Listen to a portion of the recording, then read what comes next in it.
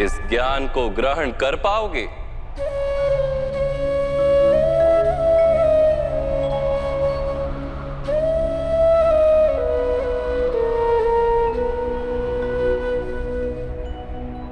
ये संसार क्या है पार्थ? मानव, दानव, पशु, पक्षी, जंतु, कीटक, मत्स्य, वृक्ष, ये सब कैसे बनते हैं? किन पदार्थों से इनका जन्म होता है? कैसे चलते हैं, कैसे जीते हैं? मृत्यु कैसे होती है इनकी? और मृत्यु के पश्चात क्या होता है?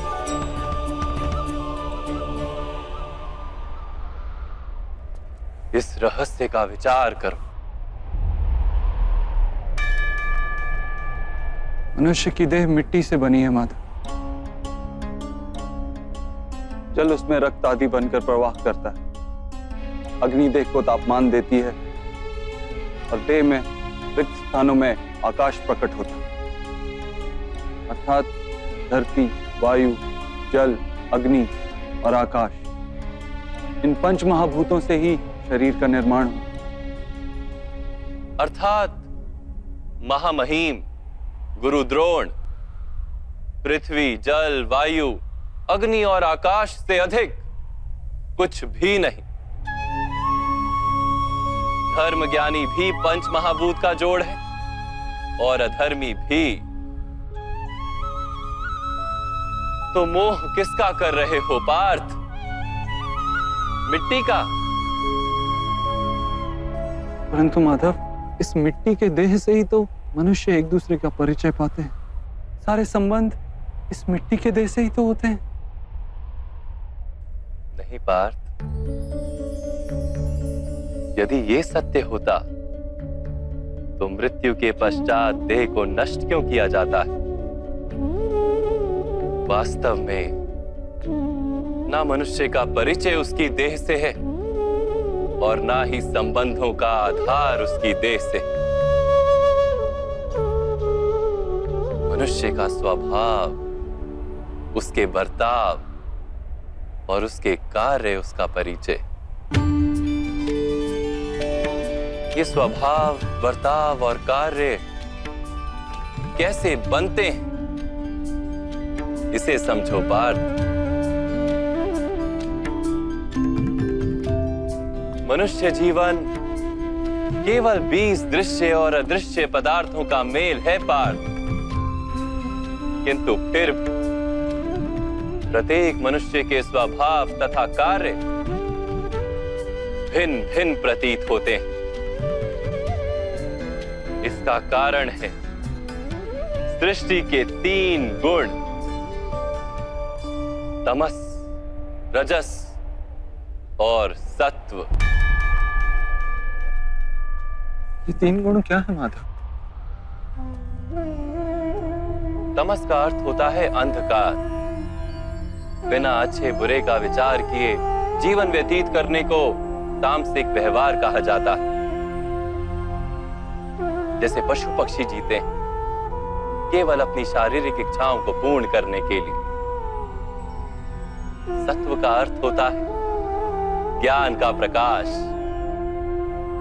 जब व्यक्ति प्रत्येक परिस्थिति में धर्म का, सत्य का और परंपराओं का विचार करके व्यवहार करता है, तब उसे सात्विक जीवन कहा जाता है। इन दोनों के मध्य में ऐसा व्यक्ति होता है जिसके पास ज्ञान तो है, पर शरीर और मन की इच्छाओं के साथ बंधा हुआ भी है। ऐसा मनुष्य रजस अर्थात अहंकार पूर्ण मनस्थिति के साथ जीता है। तमस, रजस तथा सत्व गुणों के अधिक या कम मात्रा के मेल से ही मनुष्य का स्वभाव बनता है।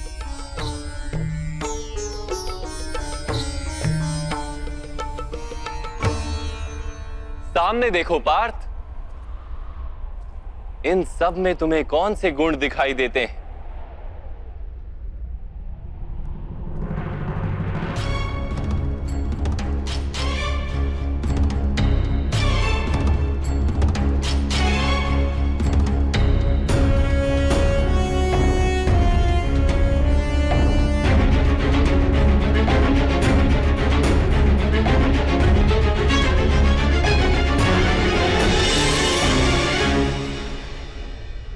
युवराज दुर्योधन धर्म जानते हैं परंतु वहन नहीं करते। उनके जीवन का केंद्र अहंकार है, अर्थात उनमें तमस कम है, रजस अधिक है और सत्वगुण पूर्णता नहीं।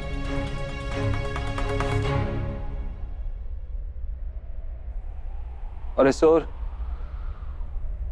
राजकुमार दुशासन, इन्होंने सदैव अपने ज्येष्ठ भ्राता का आदेश माना बिना विचार किए, अर्थात इनमें केवल तमस। महामहिम को भी देखो पार्थ, सत्व के साथ तमस का मेल है, अहंकार नहीं है, किंतु पुरातन धर्म, पुरानी परंपराओं और प्रण के साथ बंधे, आवश्यकता होने पर भी अपना प्रण नहीं तोड़ सकते।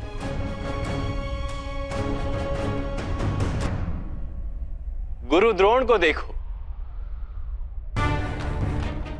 ज्ञान और अहंकार दोनों ही हैं। ज्ञान तो मनुष्य को मुक्ति दिलाता है, किंतु इनका अहंकार इन्हें मुक्त नहीं होने देता।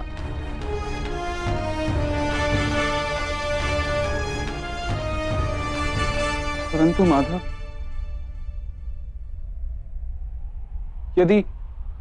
यदि मनुष्य का स्वभाव इन तीन गुणों का मेल है, तो फिर मनुष्य का व्यवहार पहले से ही निश्चित है। सिंह हिरन को खाएगा ही और हिरन सिंह से भयभीत ही होगा। तो फिर धर्म की प्रशंसा क्यों? अपराध का दंड क्यों?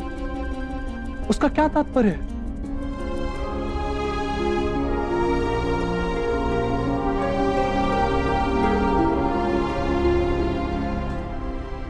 उत्तम प्रश्न है पार्थ, किंतु पहले मनुष्य क्या है ये तो जान लो।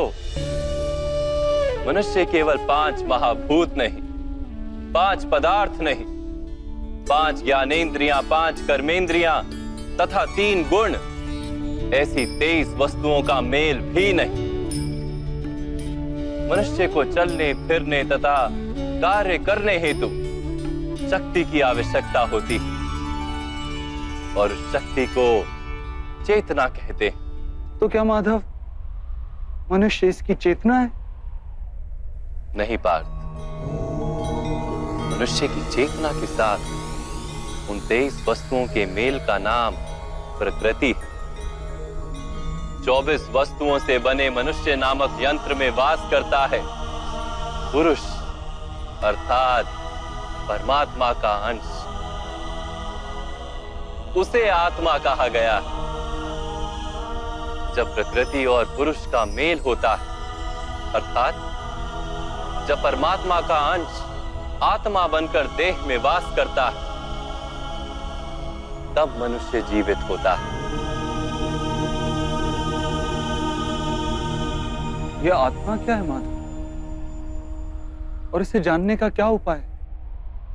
मनुष्य जैसे रथ का उपयोग करता है, वैसे ही आत्मा शरीर नाम के इस यंत्र का उपयोग करती है। शरीर के माध्यम से शरीर के सुख दुख का उपभोग करती है, किंतु आत्मा शरीर नहीं पार्थ। शरीर का नाश किया जा सकता है, किंतु आत्मा का नाश नहीं किया जा सकता। नैनं छिन्दन्ति शस्त्राणि नैनं दहति पावका न चैनं क्लेदयन्त्यापो न शोष्यति मारुता। आत्मा ना शस्त्रों से छेदी जा सकती है और ना ही अग्नि से जलाई जा सकती है। ना जल उसे निर्बल कर सकता है और ना ही पवन उसे सुखा सकती है। आत्मा शरीर में रहते हुए भी अमर है। न हन्यते हन्यमाने शरीरे। पार्थ, शरीर की हत्या की जा सकती है, किंतु आत्मा की हत्या नहीं की जा सकती। आत्मा तो सर्वव्यापी है, अचल है, स्थिर है, सनातन है। पुराना वस्त्र त्याग कर जैसे मनुष्य नया वस्त्र धारण करता है, वैसे ही आत्मा पुराना शरीर छोड़कर बार बार नया शरीर धारण करती है। परंतु माधव, मैं तो जगत का अनुभव अपने शरीर के माध्यम से ही करता हूं। स्वयं को देह न जानकर मैं आत्मा कैसे जान सकता हूं? स्वयं को आत्मा के रूप में जानना असंभव भी नहीं पार्थ। अंध भी जीते हैं, गूंगे भी जीते हैं, जिनके पास हाथ पैर नहीं होते वो भी जीते हैं। स्पष्ट कि शरीर मनुष्य नहीं, जिसकी चेतना चली जाती है, जिसे मूर्छा आ जाती है, वो भी जीवित रहता है। इसलिए स्पष्ट है कि मनुष्य का चेतन तत्व वो भी शरीर नहीं। इसी प्रकार जो व्यक्ति